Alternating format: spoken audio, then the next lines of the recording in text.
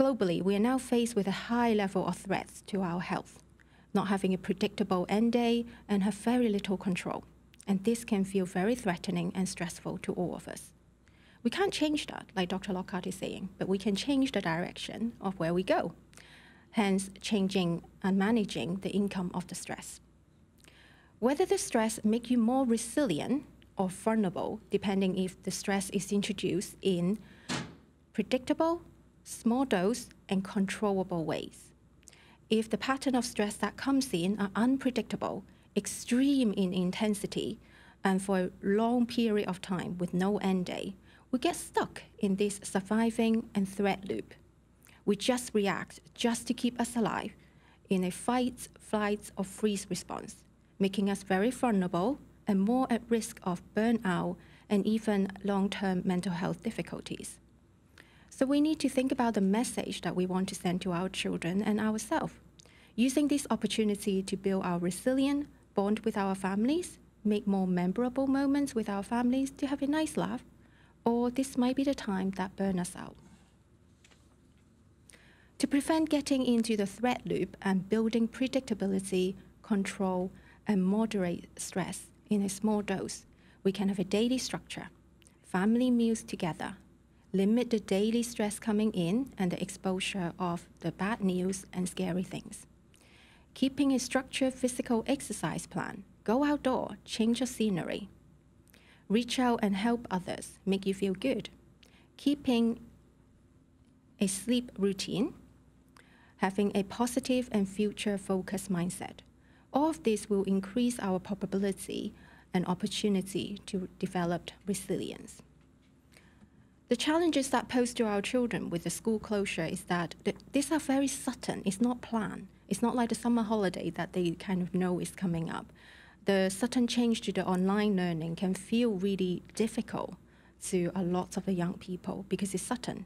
They don't really have much control over. Some of the students thrive on the predictable routine, strong relationship, and face-to-face contact with the children, with the colleagues and the teachers. Losing that can actually add on the worries and the sense of unpredictability.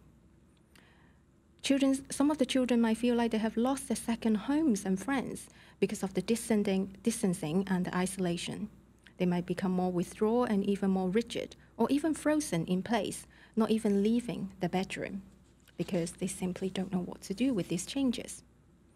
And let's not forget how our parents, they are juggling finances, childcare, distant learning, taking on a multiple role at this moment of time.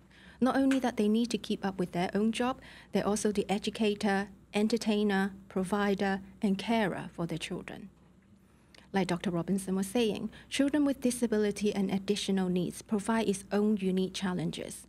They might need additional support to learn, to stay regulated, and their individual learning plan might not even be tailored during this time, making it really hard for them to learn and for the parents having to compensate. How many parents are actually troubleshooting with the IT issue? Those add on the demand and the stress. Parents have to do a lot of planning ahead on top of their own jobs and living demand. And children at different age need different level of guidance and support, which is what I'm going to talk about. But it is also important for us to think about the positivities as well. Some students actually thrive with a more relaxed, self-direct learning. Because of the reduce of social demand, they actually become more creative and more able to focus in themselves and making connection with their parents. Parents are at home more. They create more opportunity to check in with them, interact, and provide support. Also, this is a great time for life lessons.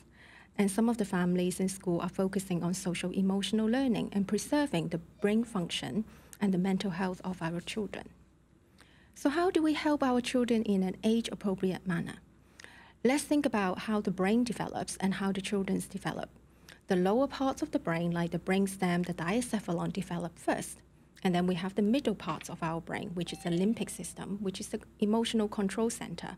Then we have the cortex, the neural cortex, which is about the thinking and the smarts, the learning and problem solving, executive functioning, etc. So the brain develops bottom up, inside out. So for young children about, under the age of 6 or 7, the lower part of the brain is developing rapidly. So they need a lot more playtime, regulatory exercises, and they need repeated routine and structure to stay regulated, to stay calm. Sticking to the bedtime routine and food might actually be a battle for a lot of our families with children at this age group. And children at this age group look to their parents to keep their structure, to get comforted.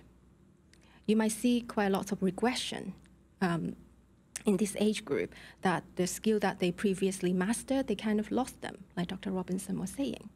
You might see bedwetting, less use of language, more clingy, temper tantrum, and more reassurance seeking. And these are their way of showing that they're worried, they're stressed, and they're experiencing some anxiety. Sticking to the routine, using movement like jumping jack, race around the house to regulate the children, use less wordy sentences, use more visual explanation, stick to the facts and rules will help to calm children at this age. In terms of learning, children at this age might only be able to manage a very small dose in a short period of time. They need a lot of wiggling and moving around in between lessons, and they might need more checking in from you.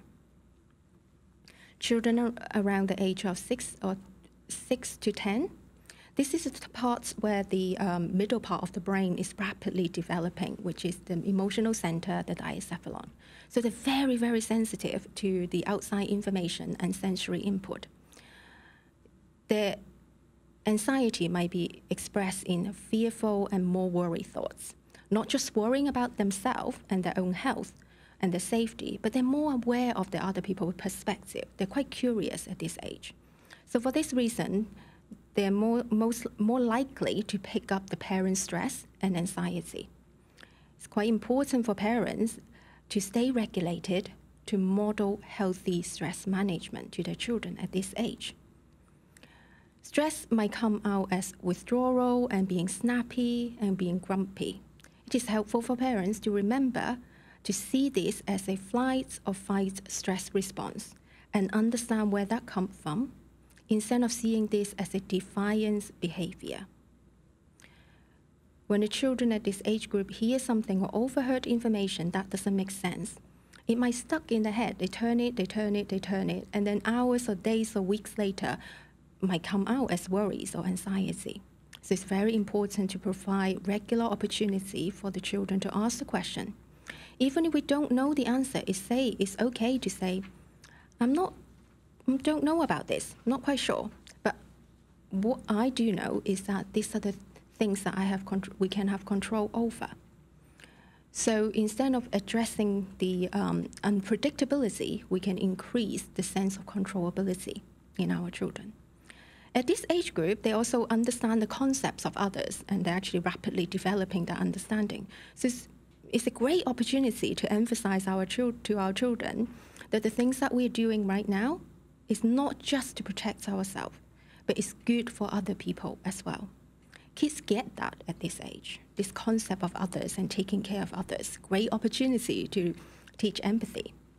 So teaching them to use relaxation skill like deep breathing exercises, muscle relaxation, gentle movement exercises help to soothe their nervous system down.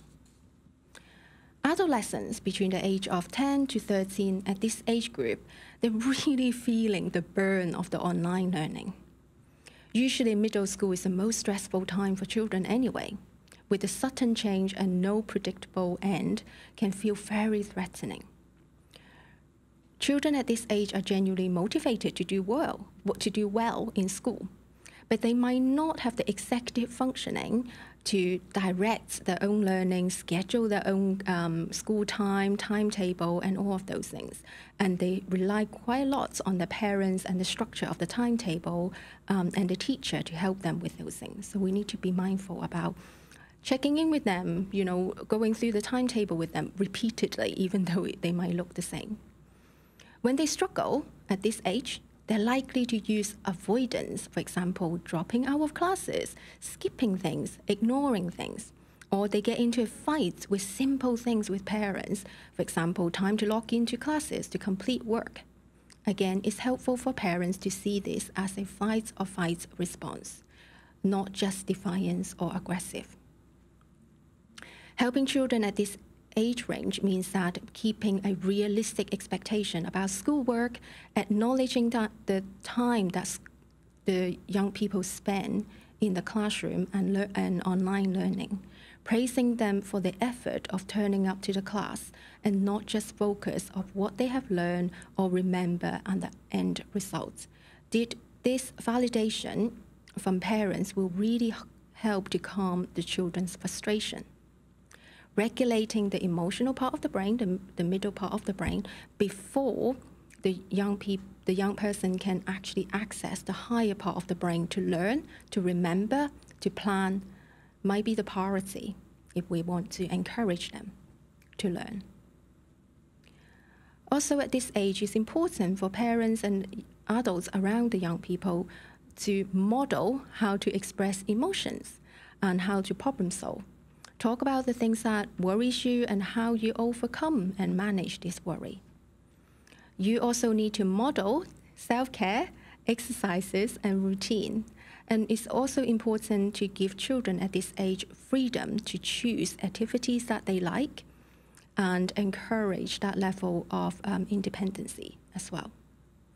Teenagers at this age group is really tough because normally they're focusing on self-image, socialization, and relationship with others.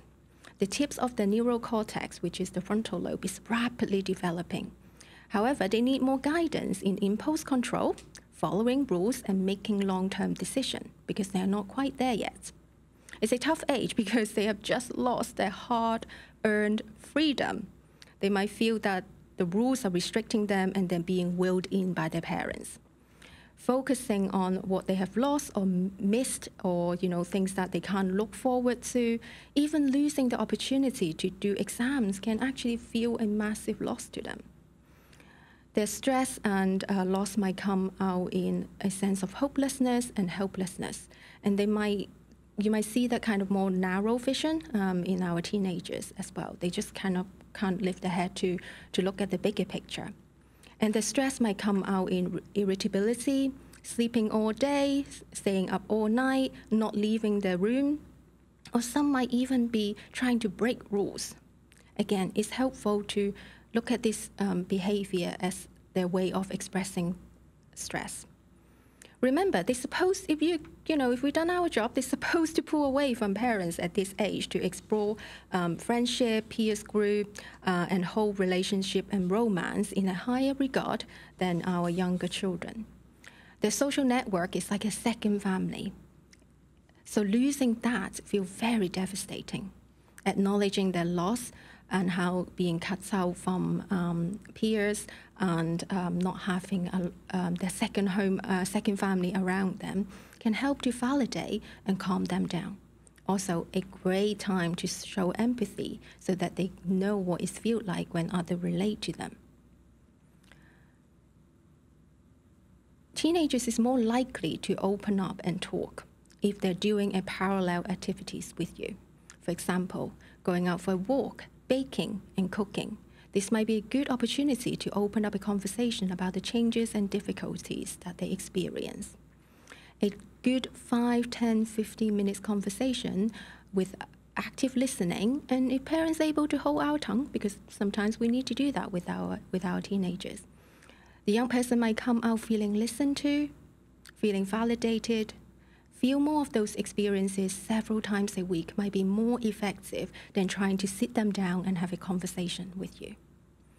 Supporting teenagers by finding a meaningful way to help them to connect with friends from a distance, whether it's playing a video game, cooking a recipe, watching a movie, eating together via Zoom, or going out for a walk while talking to their friends on the phone.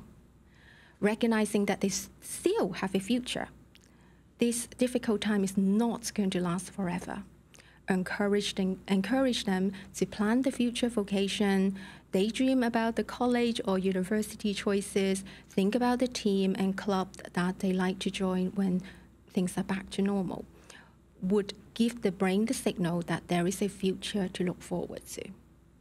So here is what we're recommending. Work with your children's brain in the same order that the brains developed, bottom up in a sequential manner.